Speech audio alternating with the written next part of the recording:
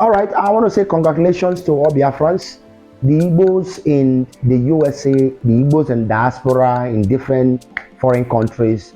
They will be meeting in USA, all right, because of Nnamdi Kanu and the Homeland Security. The Homeland Security.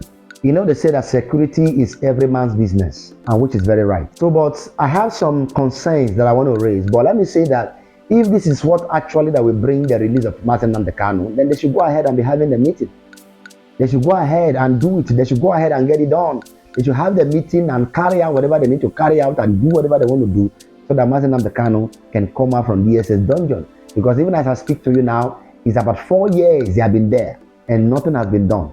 So if they see that this is what will bring solution, they should do it fast and release him and God will bless them.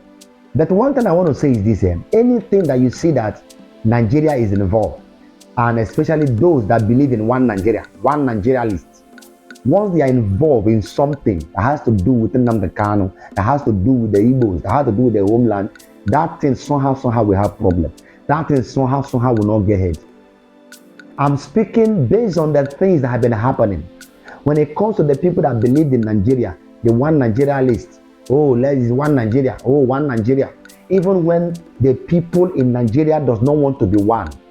Many people doesn't want to be one Nigeria. The Yorubas are agitating, the Hausas are agitating, even the Fulanis now, they are agitating that they want to leave. That they don't want to be in a country with Igbo, call them yammering. They don't want to be in the same country that people will be drinking beer. But they want to be in the same country where they will be collecting tax from the beer that is not allowed to come to their state. Sharia law. Listen, you see, Nigerian politicians and leaders, those ones that doesn't want people to be free, those ones that don't want to allow free speech, those ones that don't want to allow referendum, they see Nnamdi Kanu as a threat to the unity of Nigeria. Even when Nigeria is not united, Nigeria is only united among the beneficiaries, among the politicians that are eating the treasury. They are the only people that say they are one Nigeria.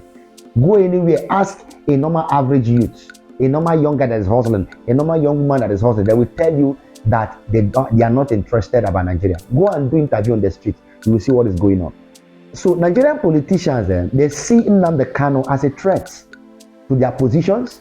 They see Nnamdi Kanu as an issue that if they release him, the thing they are benefiting, what they are stealing, will not be able to happen again. They see him like that, so they are doing everything possible to make sure that they keep him in one place. Not that they can buy him. They cannot buy him. They just want to keep him in one place as long as possible.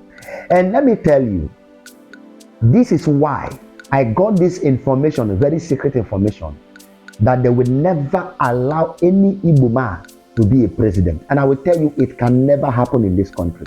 No matter who is involved, no matter the law for Peter will be, no matter the angel that will come, it will be very difficult.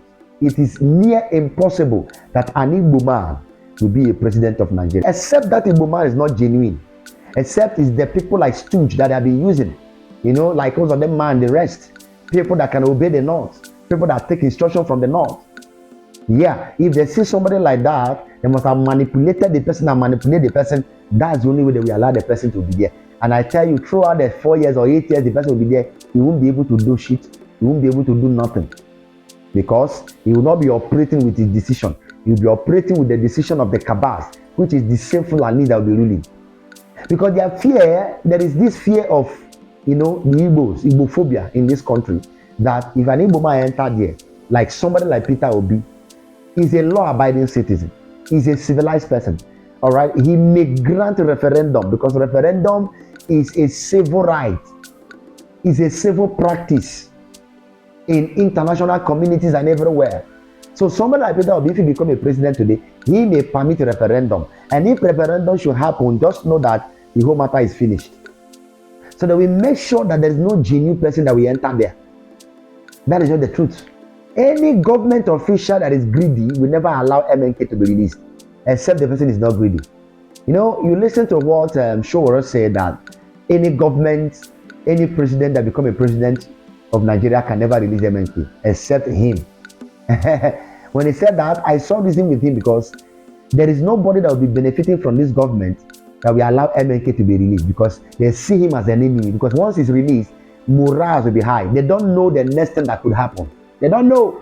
This was why the military went to his house, to go and carry out onslaught. And because of that, over 28 people were leveled instantly. And today, the case is in the court. The lawyers, they are not asking questions. Why did Nigerian military enter his house? They didn't ask questions about the 28 people that they leveled. Nobody is talking about that. All they are leveling against him is different kind of charges. They have discharged and acquitted him, but yet they refuse to release him.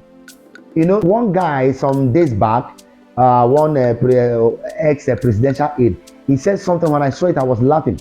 He said that anybody that loves Nigeria will not pray for MNK to be released. He's a Fulani guy.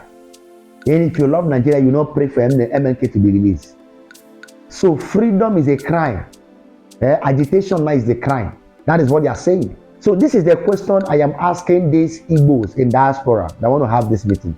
What is that thing that you want to have this meeting to do now regarding Nnamdi Kanu, and according to you and the Homeland Security, that you have not been able to do for the past 4 years? Because this year makes it about 4 years that MNK have been kidnapped from Kenya, dumped in the DSS dungeon. That was done in 2021. 22, 23, 24, this is 2025. This is about 4 years now. What is that thing that you want to do now that you have not been able to do since he was kidnapped? It's a question. I'm just asking, what is that thing? Then you that is watching me, I just want us to discuss this, all right? Your contribution is very important. No man is an island. What do you think that will be done that will bring the release of Nnamdi Kanu? What is that one thing that you think that if this is done, if they do this, if this one is put in place, that Nnamdi Kanu will be released? Please drop it right there in the comment section as your own thought, as your own suggestion or advice. All right, and make sure you share this video to every platform, to everywhere. Somebody that will be in position that may have the same thought may see your comment, and that person, before you know, there's going to be a connection, and that thing may happen. Your idea can speak out. All right, so please drop it right there in the comment section. Share the video to everyone. And if you watch this end, please don't forget, give me a thumb up, like the video, share to everyone around you, share to all platforms. And if you have not subscribed to this channel, please kindly subscribe to this channel. Bye for now. See you next time in my next video.